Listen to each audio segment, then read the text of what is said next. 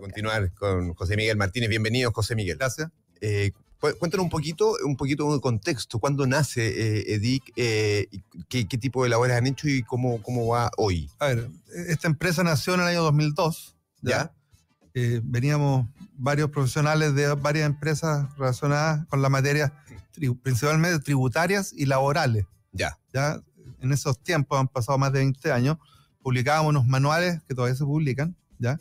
Manuales técnicos, tributarios y laborales. ¿Con qué objeto? ¿Cuál era? Para apoyar a las empresas en esas materias. Perfecto, para impuestos, contrataciones, etcétera.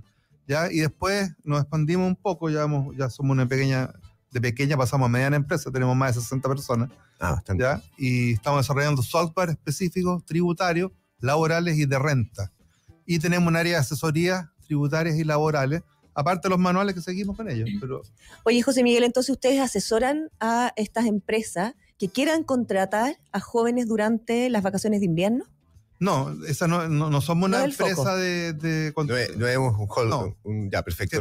No. Nosotros asesoramos en materias tributarias. Dentro de la ley. Ya. Dentro de la ley. Por ejemplo, si una empresa contrata un menor, nosotros podemos asesorar en hacer el contrato, los requisitos, las autorizaciones. Y esta es una época en que se produce un alza en términos de jóvenes que ingresan al mercado. Generalmente, en el retail es muy común que en esta época de vacaciones contraten menores en ¿Por el periodo acotado? Por el periodo 2 semanas, 3 semanas. Claro, pero por eso, en ese sentido, ustedes en el fondo asesoran también cómo son los tipos de contratos, si se boletea o no, no sé, por los márgenes de horario, si hay un menor de edad. Claro, y debe haber una especie de esos contratos acotados, esos contratos tan como chicos en la elaboración del tiempo, ¿son más difíciles de elaborar? O sea, ¿implica una dificultad legal? Les cuento. Generalmente los estudiantes, la mayoría son menores de edad. Entonces, claro, para poder trabajar, aunque sea autorización estacional, tienen que requerir con autorización de los padres. Y a falta de los padres, del tutor, porque puede ser que alguien estoy poniendo un ejemplo, que vive en el Sename, que estudia, quiere trabajar, tiene que conseguir esta opción del tutor legal. Perfecto. ¿Ya? O la mayoría de los padres, esa autorización no necesariamente debe ser notarial. Ya siempre ¿no? Antes era notarial. No, nunca. ¿Nunca ha sido notarial? Pero es recomendable en las empresas que la pidan notarial porque a veces se ha comprobado en la práctica respaldo, que los menores falsifican la autorización. Me parece súper curioso que no sea notarial, que no sea obligación. Es que la ley no dice, la ley dice autorización de los padres, escrita de padre o madre, o de ambos. Ya. No dice nada más. ¿Y cuál es? Bueno, tú decías que el retail es uno de los rubros más cotizados por estos jóvenes. Claro, ¿Qué otro podría ser? Trabajo por ejemplo, en empresas, en bodegas, cosas, o de asistencia, cosas así. ¿Y el tipo de contrato, qué tipo de contrato es? A ver, se puede hacer un contrato a plazo fijo. A ver, hay que partir de la base que los menores tienen todos los mismos derechos que un trabajador. Claro. Ya tienen que tener un horario, cotizaciones previsionales, etcétera. Es muy habitual que como son 2 semanas, 3 semanas, los tengan así nomás. Y hoy emiten una boleta. Correcto. Pero eso no corresponde porque ellos... Que muchas veces esa boleta ni siquiera la emiten el estudiante, sino que la emite otra persona. O la misma empresa, una boleta de servicio tercero, que también se puede usar. Pero en estos casos, cuando hay subordinación y dependencia, cuando hay cumplimiento de un horario, instrucciones, etcétera, ahí hay que hacer un contrato. Aunque sea un contrato de plazo fijo de corta duración. Si yo puedo hacer un contrato por 3 semanas, 2 semanas, no hay problema. ¿Qué implicancia para la gente que no consume? ¿Qué implicancias tiene para la empresa hacer un contrato? Primero que cumple con la ley. Aun cuando sea muy corto. Cumple con la ley, con la normativa, y además el trabajador queda protegido por todo lo que implica la previsión. ¿Qué pasa al dirigirse a esa empresa donde está trabajando transitoriamente? No sé, choca el auto, se cae la micro, o en el metro, cualquier cosa, está protegido por la ley de accidente del trabajo. ¿Pero es un gasto muy voluminoso para la empresa en cuestión, siendo que es tan poco el tiempo? A ver, el gasto prácticamente es lo mismo, porque antiguamente, cuando uno daba una boleta de honorario, solamente el 10% lo retenía. Sí. ¿Ya? Del bruto se retenía el 10%. En cambio, cuando uno contrata a alguien, tiene que pagar imposiciones. Exacto. Pero también salen del bolsillo del trabajador. Las cotizaciones previsionales, la AFP, la salud y el seguro de cesantía salen del bolsillo de él. Es decir, al trabajador, por un corto periodo, no le convendría en términos monetarios el contrato. Sí, pero es que ahora... Está frito. Es que se modificó la ley Lo de las boletas se modificó hace unos años atrás y cada día está subiendo más la cotización. Claro. Empezó en un 10 y se estuvo estancado 40 años. Ahora va en un 13% y en 5 años más va a terminar en un 17%. Exacto. Entonces ya la diferencia prácticamente se va a anular. Es casi como el IVA, va a terminar casi como el IVA. Claro, y va a quedar similar a la... Claro, porque eso va ligado a que los trabajadores independientes tienen que pagar cotizaciones previsionales. Claro. Desde el 2012 en adelante se incorporó paulatinamente. Ya no opcional, antes era voluntario, ahora es obligatorio. ¿Cuánto tiempo, cuál es el tiempo legal que una empresa puede mantener a un trabajador solo boleteando? No puede.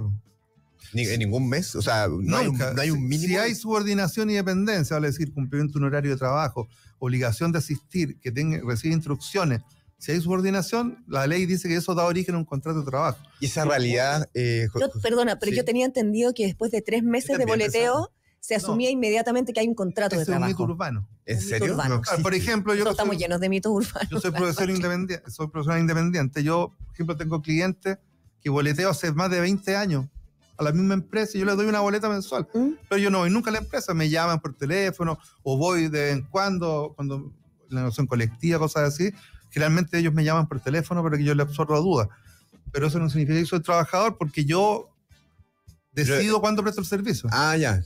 Pero si tú tienes un horario fijo que, por ejemplo, todos los días a las 4 tienes que prestar un servicio. No podría estar con boleta. Tendría que tener un contrato de trabajo. ¿Eso qué genera?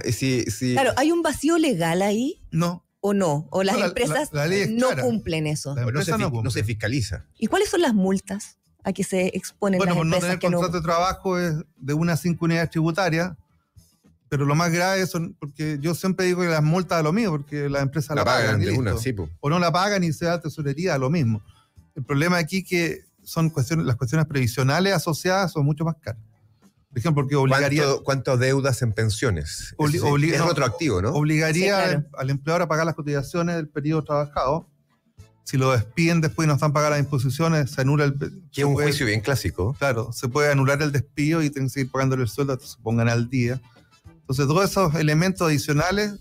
¿Y tú lo ves que es algo habitual en una práctica que sigue siendo habitual en la empresa? Una empresa sí, por desconocimiento más que nada, porque económicamente les da lo mismo, porque las cotizaciones previsionales son de cargo al trabajador. El único gasto adicional en relación a una persona contratada con alguien que preste servicio con boleta es la desvinculación. Yo cuando despido por un trabajador, aunque el contrato sea a plazo fijo, tengo que pagar el feriado proporcional, a lo menos. ¿Ya? Entonces eso encarece la contratación. Volviendo un poquito a los estudiantes que trabajan durante las vacaciones, en estos periodos cortos. ¿A qué multas se exponen esas empresas si no tienen ningún acuerdo, ningún contrato válido con estos jóvenes? El tamaño de la empresa, pero las multas por vulneración de la contratación de menores son de las más altas que hay en el Código del Trabajo, puede ser hasta 300 unidades tributarias, dependiendo del tamaño de la empresa y depende de la infracción. ¿Ya? Entonces, ¿es más grave que estos jóvenes no tengan este acuerdo, que sean menores de edad? Claro. La ley los protege. Por ejemplo, los menores de edad no pueden trabajar más de 30 horas semanales. Ya. Tienen que acreditar, en esta época, y eso es muy importante, tienen que acreditar que están cursando la enseñanza media o básica. Oye, y en el fondo, entonces, contratar a un menor de edad implica mucho más... Más responsabilidad. Más responsabilidad y más riesgo. Y eso implica que es una mano de obra para ciertas funciones mucho más económica. Lo que pasa que... ¿Que un tipo de 18? Sí, al ser menor de edad, tienen un ingreso mínimo diferenciado. Es menor que el ingreso mínimo normal de 440.000 pesos que está vigente ahora. ¿A cuánto sume? No me sé exactamente el monto, pero deben ser redondar los 380, 360, una cosa así. Los menores de 18 años. Claro, lo que pasa es que ahí tendrían que cumplir las horas establecidas y como dices tú, ellos no pueden... Pero el máximo son 30 horas semanales, no pueden trabajar más de 30, no pueden hacer horas extraordinarias. ¿Y qué pasa en esos casos? El trabajador, aún siendo menor de edad, puede establecer un reclamo en la inspección del trabajo, algo así. ¿Pero en qué sentido? Si trabaja horas extra. O sea, por supuesto. O si trabaja más de 30. Es que legalmente no puede, o sea, si vulneran esa norma, él puede hacer una denuncia como si fuera un trabajador normal y la inspección del trabajo va a tener que actuar. Aunque eso generalmente no lo hacen, lo que le interesa al menor es recibir la plata y trabajar. ¿Sí? Claro. Felicitaciones con lo que hacen y felicitaciones también por haber estado desde el principio. Ustedes llevan muchos años. José Miguel Martínez, director laboral de EDIC, te damos las gracias por haber estado con nosotros hoy día. ¿Te gusta Soda Stereo, José Miguel? Me encanta. ¿En serio? ¿Juegos de seducción te gusta? Sí. ¿Este es para ti? De la primera época. Sí, este es para ti. José Miguel, muchísimas gracias. Juegos de seducción, Soda Stereo. Que estén bien. Chao, chao.